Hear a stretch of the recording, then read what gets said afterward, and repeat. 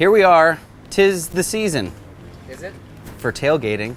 Didn't see that coming, did you? Yep. It's here it is. You got it. Today I want to show you guys a really fun one. So steak bites, I feel, are fantastic, but most of the time people don't do it right. They cut the meat up first and then sear it and cook it once it's already cut. Not the way to do it. I'm going to show you guys a better technique for a juicy, fantastic steak bite. Today we are doing barbecue butter steak bites. Come on, let me show you guys. Wait, I did steak bites like you just said not to do. Thanks for nothing. Thanks for nothing. Wrong show, let me show you how to do it.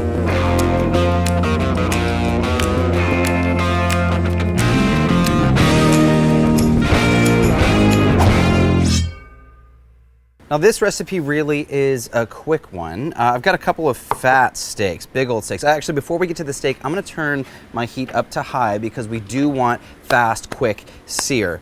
So yeah, take a look at these. They're actually two different sizes. Now this is a fun trick if you have some people at your party that don't like medium rare, or we're gonna go medium rare or medium rare plus, perhaps. But if you do like some people like it well done, you can have a thinner steak. But a thicker steak gives us an opportunity to really take our time, let the Maillard reaction, which is that crust form, and let all of that fat on the inside turn into gelatin. Go back and watch the steak video if you guys want to learn more about the nerdy science. The science. He's already falling asleep over here. I am.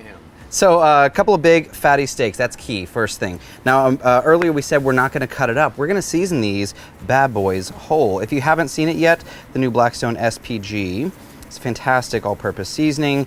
SPG just stands for salt, pepper, garlic. Pretty simple. Standard. It's kind of one of those mainstays of steak cookery. It's all you really need. So we're gonna get to our barbecue later, but for now, just SPG. You know, if you want to, since it's so fat, we have a ton of surface area right here. Check that out.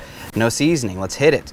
Let's not be afraid. Also, with a big, thick steak like this, don't be afraid of over-seasoning. Well, be afraid of over-seasoning, but don't be afraid of seasoning heavy. Heavy seasoning is going to make that crust just fantastic. It's going to make the flavor of the beef sing. Yeah, so this guy's a little bit thinner. It's going to obviously cook faster, but you don't want them cut first. Mostly because like the juices will start coming out and you end up getting... You didn't say anything to me when I made mine that way. Wrong show.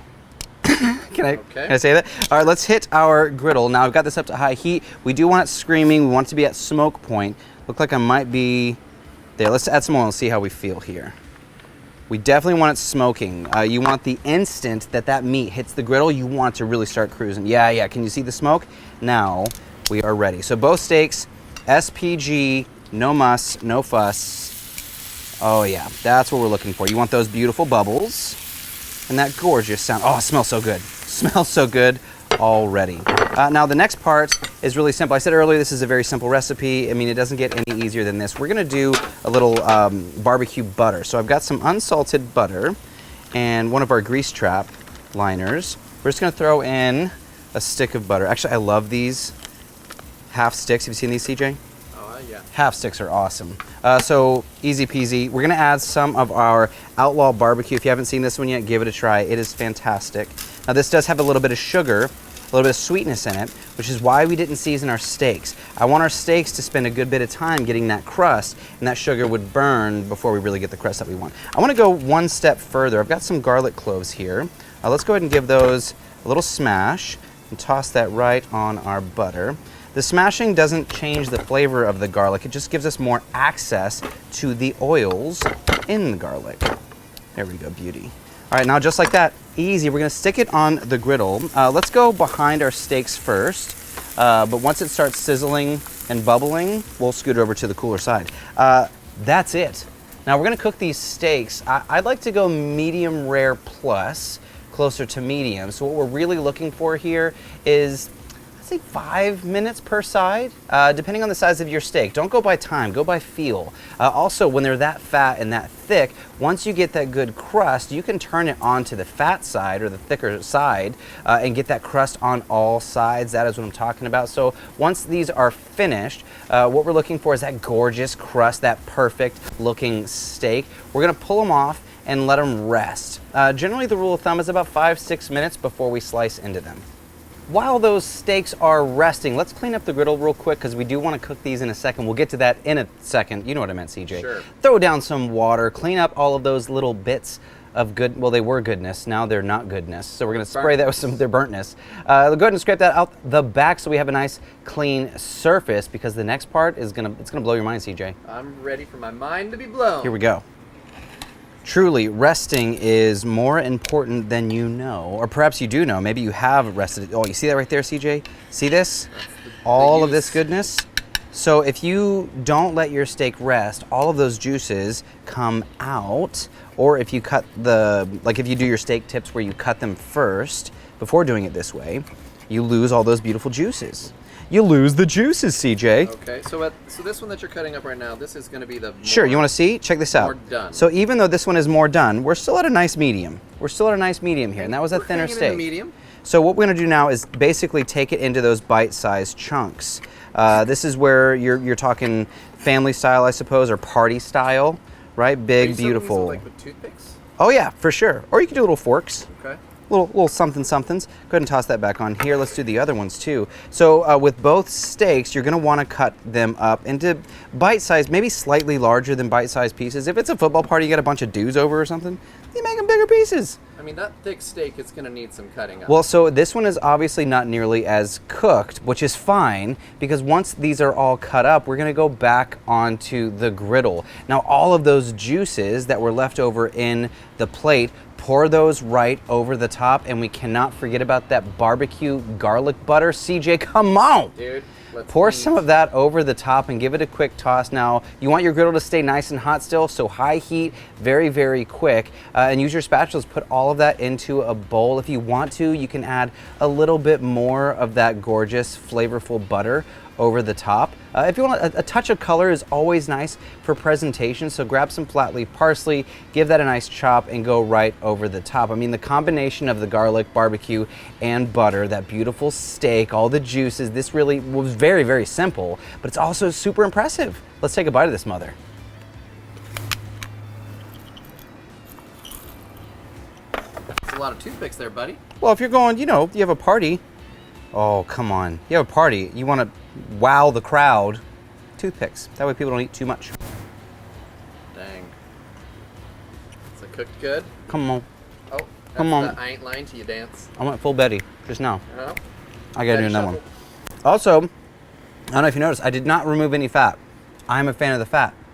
Doing it this way, people who don't like the fat, they can pick the other bite. But this one right here, dude, that gorgeous Dang it. Gorgeous One of that beef fat. piece, dude. There's more fat. So are you going to do a more post-dust fat. or anything? No, Oh, and how convenient.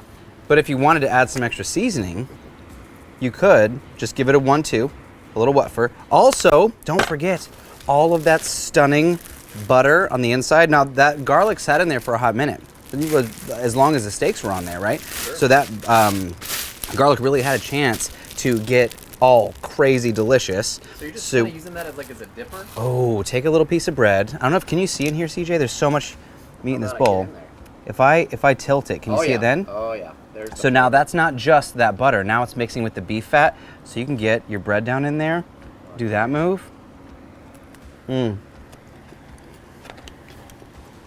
This could be dinner for me.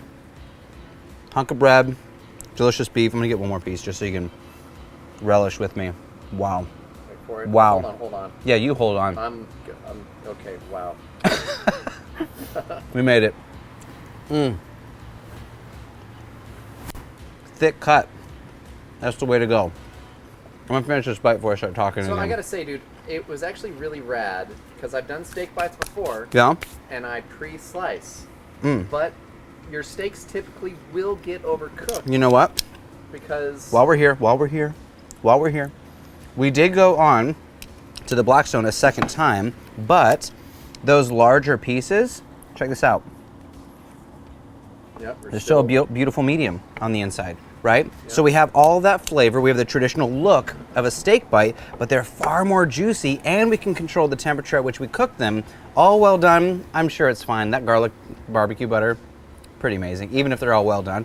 But if you want this, look at this. CJ, you can see that, right? Yep. We've See been that? looking. We've been We're seeing. We're ready to We're eat. still at medium. So maybe that's the tip or the technique of today's episode. Do steak bites. They're so much fun. You can serve a lot of people. They're really, really delicious. You can change up that flavor of the butter, make it any way that you want. You could go Cajun. You could go garlic parmesan. You can do a ton of different stuff, but cook the steaks whole, then cut them into shape, throw them on the griddle one more time. That's it. Bob's your uncle. Grab another toothpick. Hey, thank you so much for hanging out.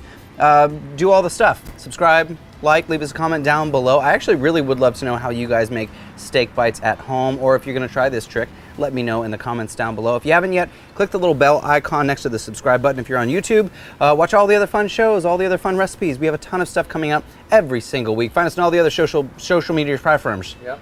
Social media, you know what I meant. Platforms. All that stuff. But this is Cook, Eat, Repeat, where we like to help you become a better cook one recipe at a time. I'm your host, Chef Nathan Lippy, and I'll see you guys in the next video. So good. So good.